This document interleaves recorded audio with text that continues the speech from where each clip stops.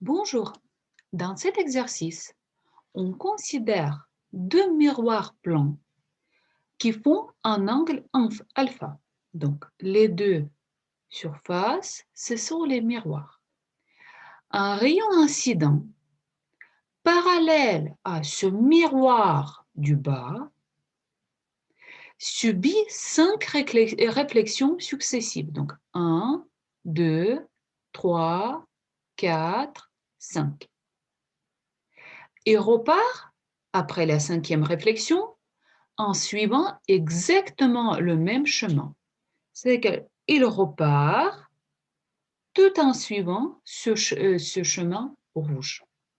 Il faut calculer l'angle alpha qui font les deux miroirs. Alors, déjà, tout de suite, une chose, si ce rayon repart en suivant exactement le même chemin, c'est-à-dire qu'au point I2, l'angle d'incidence vaut 0. Vous vous souvenez, l'angle d'incidence, on calcule par rapport à la normale. Autrement dit, quand l'angle d'incidence vaut 0, ça veut dire que ce rayon arrive de façon perpendiculaire à la surface. Donc, si je présente ici le point I2, le rayon arrive de façon perpendiculaire à la surface. Vu qu'il n'y a pas de réfraction, ce rayon subit une réflexion et il repart dans la même direction. D'accord? Et l'angle d'incidence, vu qu'on compte les angles par rapport à la normale, donc l'angle d'incidence vaut 0. Donc, il faut trouver angle alpha. Pour cela, déjà, on va nommer les angles. Et je vais commencer par le tout petit angle. Ce sera difficile à nommer directement sur le schéma. Donc, je vais écrire ici l'angle N1, I1, I2. Donc, N1, I1, I2. Donc, l'angle après la 4e réflexion. Donc, ici, je vais marquer déjà que c'est pi sur 2. Cet angle-là, je vais appeler par exemple alpha 1. Et on va regarder c'est quoi cet angle alpha 1 déjà dans un premier temps. Donc, vous vous souvenez que l'optique géométrique s'appuie énormément sur la géométrie. Donc, quand on résout les exercices en optique géométrique, il faut toujours chercher les différents triangles. D'accord? Donc, on va considérer le triangle I1, N1, O. Donc, I1, N1, O. Le triangle I1, N1, O. Dans ce triangle, qu'est-ce qu'on a? Déjà, c'est un triangle rectangle 1 I1. Regardez, pourquoi? Parce que ici, nous avons l'angle pi sur 2. Ensuite, dans cet angle-là, dans ce triangle-là, nous avons également l'angle I1, N1, O dans ce cas, qui sera égal, vu que c'est le triangle rectangle, à pi sur 2 moins alpha. Donc, je vais écrire que dans ce triangle rectangle en I1, l'angle dans ce cas I1, N1, O, I1, N1, O, cet angle-là vaut pi sur 2 moins A. Maintenant, deuxième triangle rectangle. Ce triangle qui est tout rikiki, qui est juste là. Donc, triangle rectangle, I2, I1, N1. I2, I1, N1. Alors, déjà, dans ce triangle, donc, On sait que c'est le triangle rectangle 1, I2, vu que l'angle ici, c'est pi sur 2. On sait également que l'angle N1, I1, I2, donc cet angle-là, vaut alpha 1. Et l'angle I1, N1, O, I1, N1, O, cet angle-là vaut pi sur 2 moins alpha. Donc, ce que je peux écrire, que la somme de deux angles aigus dans ce triangle, donc N1, I1, I2, l'angle N1, I1, I2, plus deuxième angle aigu N1, I1, N1, I2, I1, N1, O, va être égal à pi sur 2, la somme de deux angles aigus dans un triangle rectangle. Donc, alpha 1 plus deuxième angle pi sur 2 moins a égale à pi sur 2. Pi sur 2 et pi sur 2 se simplifient et je retrouve que cet angle alpha 1 va être égal à A pour que la réflexion, pour que l'angle aux cinquième réflexion, pour que l'angle d'incidence aux cinquième réflexion soit 0. Donc, pour que le rayon arrive de façon perpendiculaire, de façon normale à la surface. Très bien. Donc, premier angle, nous avons trouvé. Maintenant, ça c'est première étape, je vais marquer l'étape 1. Maintenant, on va considérer deuxième angle après la troisième réflexion. Et cet angle-là, je vais appeler alpha 2. Cet angle-là. Donc déjà, vu qu'il s'agit d'un miroir, donc l'angle d'incidence en I2 égale à l'angle de réflexion en I2, J2. Donc ici, dans ce cas, cet angle-là, ce soit aussi alpha 2. Donc, la loi de réflexion pour la réflexion, donc la loi de Snell-Descartes pour la réflexion nous dit, c'est que l'angle d'incidence est égal à l'angle de réflexion, toujours par rapport à la normale. Et ces deux angles sont égaux. Okay? Donc, ce qu'on va faire, on va considérer maintenant le triangle J2, I1, O. J2, I1, O.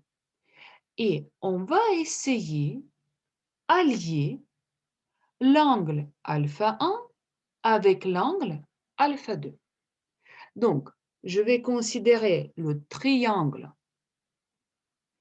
J2, I1, O. Alors, qu'est-ce que je sais dans ce triangle? Je sais que la somme des angles vaut pi. Et on va prendre chaque angle séparément, on va considérer chaque angle séparément. Donc, dans ce triangle, nous avons déjà l'angle A plus cet angle-là, ça sera pi sur 2 moins alpha 2. Donc, cet angle-là, je vais marquer en jaune clair. Cet angle-là vaut pi sur 2, vu que c'est la normale, moins alpha 2. Et il nous reste ce troisième angle. Donc, ce troisième angle obtus est composé de cet angle droit plus cet angle-là. Et cet angle-là vaut alpha 1. En fait, nous avons nommé alpha 1 l'angle N1, I1, I2, N1, I1, I2, l'angle de réflexion après la quatrième réflexion, mais on sait, d'après les lois de Snell-Descartes pour la réflexion, que l'angle d'incidence est égal à l'angle de réflexion. Donc, cet angle-là, J2, I1, N1, ça sera aussi égal à alpha 1. Donc, troisième angle, ça sera pi sur 2 plus alpha 1. Donc, plus pi sur 2 plus alpha 1. Et tout ça égale à pi. Donc, pi sur 2 plus pi sur 2 vaut pi. Et je trouve que alpha 2 égale A plus alpha 1. Or, alpha 1, j'ai trouvé que est égal à A. Donc, alpha 2 sera égal, à la place de alpha 1, je vais mettre A. Donc, ça sera égal à 2A. Donc, alpha 2, nous avons trouvé. On continue, donc on va considérer maintenant la deuxième réflexion, donc l'étape 3, deuxième réflexion, et je vais nommer cet angle-là, après la deuxième réflexion, l'angle de réflexion au point G1, donc je vais nommer alpha 3. Donc, par la deuxième loi, par la loi de Snell-Descartes pour la réflexion, on sait également que l'angle d'incidence au point G1, ça sera aussi alpha 3. Donc, je considère maintenant un nouveau triangle. Donc, je vais prendre J2, J1, O, J2, J1, O, J2, J1, O. Et pareil, dans ce triangle, on va chercher à calculer la somme des angles. Donc, dans ce triangle, premier angle vaut A. Donc, je vais écrire A plus. Maintenant, deuxième angle, cet angle-là, vu que là, c'est la normale, cet angle-là, ça sera pi sur 2 moins alpha 3. Pi sur 2 moins alpha 3. Il nous reste cet angle obtus, regardez là. En fait, cet angle-là est composé de la normale, donc ici c'est pi sur 2, là, plus alpha 2, plus pi sur 2, plus alpha 2. Et la somme des angles vaut pi. Donc je vais mettre pi. Pi sur 2 plus pi sur 2 vaut pi, pi, et je trouve que alpha 3, je vais mettre de l'autre côté, ça sera égal à plus alpha 2. Or, alpha 2 égale à 2a, donc ça sera égal à 3a. Donc, alpha 3 égale à 3a. Je continue. Donc maintenant, je vais considérer la première réflexion, donc quatrième étape, première réflexion, et je vais appeler cet angle-là alpha 4 et alpha 4. Donc, la loi de Snell-Descartes pour la réflexion au point K2, l'angle d'incidence, toujours par rapport à la normale, égale à l'angle de réflexion. Et maintenant, pareil, je vais considérer les différents triangles. Donc, le triangle K2, J1, O. Donc, je vais considérer ce triangle K2, J1, O. Donc, la même idée. on cherche à calculer la somme des angles. Donc, dans ce triangle, premier angle vaut A, plus deuxième angle, cet angle-là. Donc, vu que ça, c'est la normale, cet angle-là, ça sera pi sur 2 moins alpha 4, plus pi sur 2 moins alpha 4. Il nous reste à définir l'angle K2 J1 O. Donc, cet angle-là est constitué d'un angle pi sur 2 plus alpha 3. Donc, ici, vous avez pi sur 2 plus alpha 3. Donc, plus pi sur 2 plus alpha 3. Donc, tout ça égale à pi. Donc, pi sur 2 plus pi sur 2 égale à pi. Donc, je peux simplifier. Et alpha 4, ça sera A plus alpha 3. Alpha 3 égale à 3A. Donc, alpha 4 égale à 4A. Donc, je vais écrire ici alpha 4 égale à 4A. Donc, nous avons trouvé alpha 4. Maintenant, on va également utiliser l'information que ce rayon incident arrive parallèle à ce miroir du bas. D'accord? Qu'est-ce que ça veut dire? C'est-à-dire que cet angle-là vaut aussi A. Et en fait, cet angle-là,